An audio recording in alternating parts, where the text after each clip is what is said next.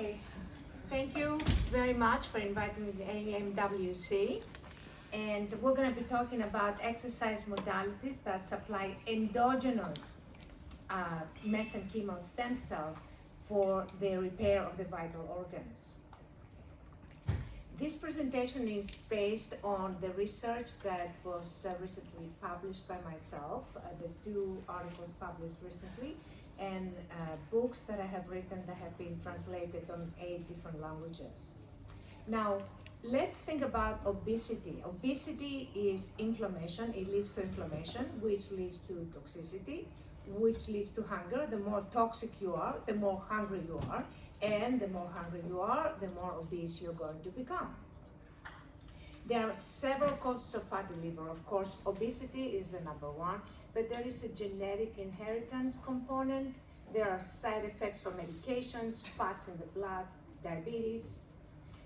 Fatty liver is associated with inflammation. Inflammation is aging. Inflammation is disease. And inflammation is associated with higher mortality rates. So liver disease is related to obesity, impaired glucose tolerance, insulin resistance versus exercise modalities that lead to a healthy and healthy living and longevity. Now, fatty liver has been repaired in the past with stem cell therapies. And mesenchymal stem cells are preferable to and more accessible to having a liver operation. However, these studies, the stem cell studies, include very small samples, and they often have opposite effects. So, for example, some of them show a decrease in albumin. Albumin is very important for the health of the liver. And they report improvement, but not complete healing. So mesenchymal, let's talk about what these cells are to understand that first. Mesenchymal stem cells are multipotent stem cells, and they are found in multitude in the adipose tissue. In 1 in 100 in adipose tissue are stem cells, whereas in 1 in 1,000 are in the bone marrow. So there's a lot more in the adipose tissue. They are immune regulators and they are pro-inflammatory inhibitors. So again, remember, inflammation is equal to disease and aging. Now, you can also get stem cells from burnt skin. However, there is a lower mesenchymal differentiation capacity, and there's a lot of undifferentiated cells. So as we age, we have more cells, we have greater proliferation, but less differentiation. And this is how the tumors are created, because there's a lot of cells there, but they're not differentiated. They just sit there and they create tumors. So burnt skin derived mesenchymal stem cells are not as well differentiated as the adipose tissue or the bone marrow. So trauma-based technology may not be the best solution because they claim to have the stem cells, but these cells are not as good as the other ones. Now, exercise naturally increases stem cells and mesenchymal stem cells. The stem cells differentiate into mesenchymal stem cells and then into hepatocyte. I'm going to talk about this in a second. So we looked at 95 articles, 95 different studies with exercise and how that will repair the fatty liver. We looked at aerobic and resistance exercise, different protocols, and what we found is that in all of these studies, there was some liver repair, not 100%, but there was a significant liver repair. So what happens basically is during exercise, different modes of exercise, including effortless exercise that I'll talk about shortly, there is a natural release of the adipose tissue contents into the bloodstream. And as that is released into the bloodstream, because fat cells are really, adipocytes are basically storage units. They're like your closets that you put things in there. And you use them for it. It's stored energy. That's what fat is.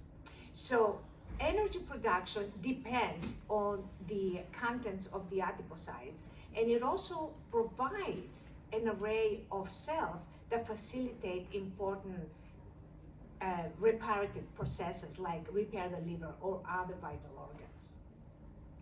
Now, the contents of adipocytes naturally released in the bloodstream after exercise can provide not only mesodermal and mesenchymal stem cells, but endothelial cells, smooth muscle cells, and hepatocytes that are very crucial for the repair and the good function of the liver.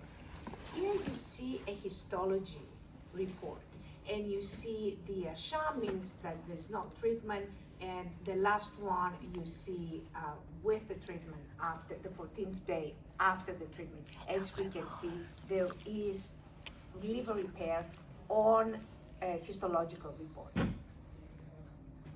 So the exercise-induced release of stem cells from adipose tissue also differentiate into hepatocytes. The hepatocytes have a very critical role in detoxification, metabolism, protein synthesis in the liver that is necessary for your liver to survive and do its functions.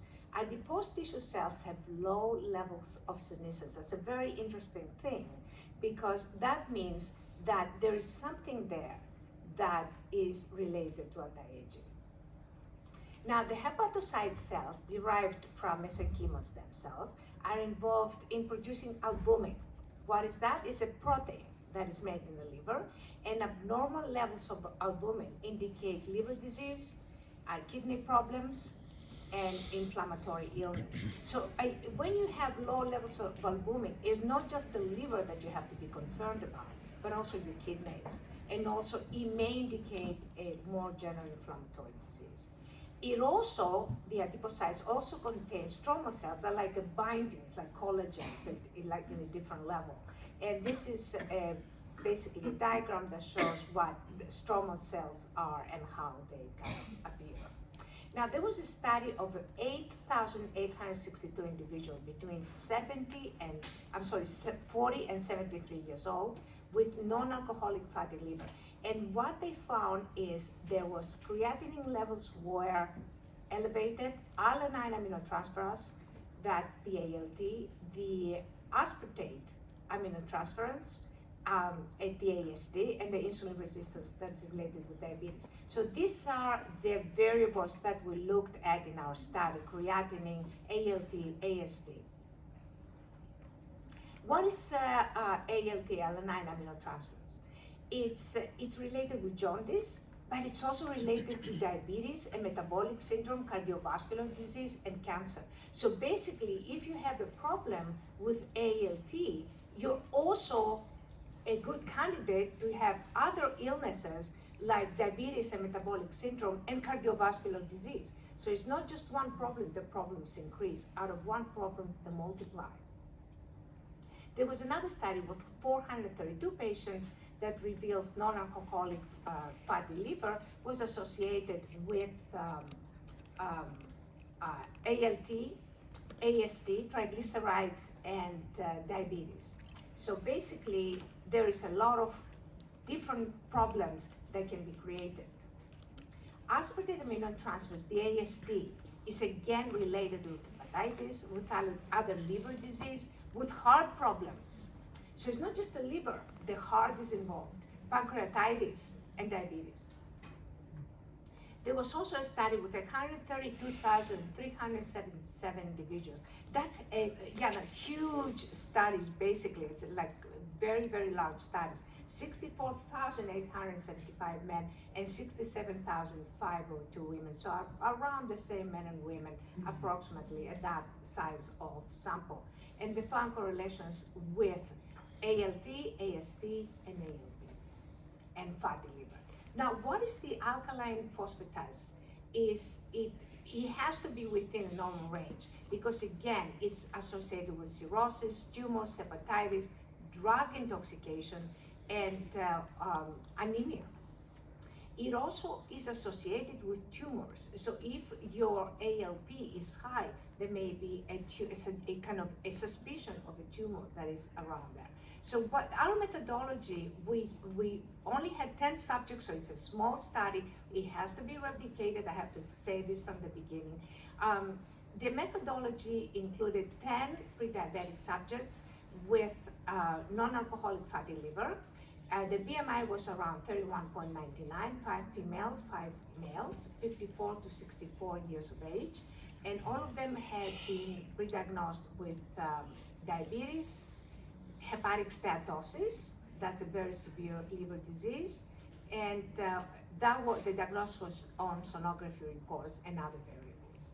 And what we did, we used ultrasonography reports, blood tests, and we looked at ALT, AST, ALP, albumin, creatinine, bilirubin, triglycerides, VLDL, which is the very low density lipoprotein, that's the large protein fat into the blood, CRP, which basically tests for inflammation, testosterone, cortisol, and we had other measurements that we looked at, visceral fat, body mass index, basal metabolic rate, that's very important because that's calories burned at rest, and muscle mass.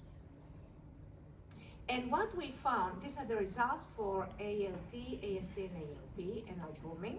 They were all very significantly they were almost in the normal range, and 24.83% decrease in ALT, 30.40% decrease in AST, ALP 14.52%, and there was an increase in albumin. Now, the important thing is that all subjects had these changes across the board, but different subjects had different levels of changes. Some of them were much better off, some of them were not as good. And this is again the same results, but kind of larger for you to sort of see them more clearly, because when I talk very fast, it's sometimes the meaning is lost. Now we looked at creatinine. Remember we spoke about creatinine and bilirubin, and we looked at ultrasonography reports. Ultrasonography reports were very optimal for us, because we looked, most of them looked like people had a normal level in ultrasonography reports. We did not do biopsies, but just on the ultrasonography and these variables. And about 80% had almost normal liver, and about 20% had improved, but not completely normal. So they needed more treatment. And this is the average. So creatinine decreased about 19.67%, and the bilirubin decrease is minus 12.33%. Ultrasonography reports was 80% normal. Then we looked at triglycerides. TG stands for triglycerides. VLDL stands for very low density lipoprotein, and CRP is for C-reactive protein, which tests inflammation. And again, we found a significant decrease of triglycerides, VLDL and CRP, 24.13% in triglycerides, minus 23 in VLDL, and minus 33.33 in CRP. Also, we looked at cortisol. Now, cortisol is very interesting because that is going to stress you, and you're going to keep eating more, and as you eat more, the obesity, of course, will increase. So it's a very interesting variable. And we looked at testosterone because cortisol and testosterone are like a seesaw. When one goes up, the other one goes down. When one goes down, the other one goes up. So what we found is an optimal decrease of cortisol and an optimal increase of testosterone. Now, testosterone was within the normal range. So it's not like the women are going to start growing hair or anything, because it's within the normal range. It was very low. It was below normal range and became normal range after. And the muscle mass increased by 58%. So it was, you could see a very good result on the muscle mass. So again, this is the same results, only in larger, basically, slide. And BMI also decreased. BMR increased. We have seen BMR increases in other studies up to 91%, actually, but with normal subjects, not with a population that is not normal. That's pre-diabetic. This is pre-diabetics, so they're not as reactive. And this is all the results. All the results were significant. So basically, very important conclusion is that different forms of exercise, including the effortless exercise modality that we use, can release endogenous mesenchymal stem cells that can repair vital organs. Now, this research is very important because there is nothing else. I mean, the stem cells that you put from outside, there are different side effects. Of course, they work in many patients. However, in other patients, if the potassium channels are blocked, they can create tumors that is not going to be an optimal condition for somebody's body. So this research is important, developing novel treatments and to understand the importance of a healthy lifestyle, especially after the pandemic, that has really geared us towards the health factor. No more beauty. Health comes first, and then beauty. And then beauty can come from the health from within. So, and you can use it without basically recommending to patients, but without having the adverse effects observed at the stem cells that are some adverse effects or injections or invasive or trauma-based procedures. Now, this is some more research that I have been involved in. This is different articles that have been published. So there's several basically articles. You can find them on Google. Just type in my name, they're gonna come up. And you can contact me anytime at science@IELLIOS.com if you need more information, if you have any questions that you thought about that you did not think just now, I'll be there to answer them for you. Thank you.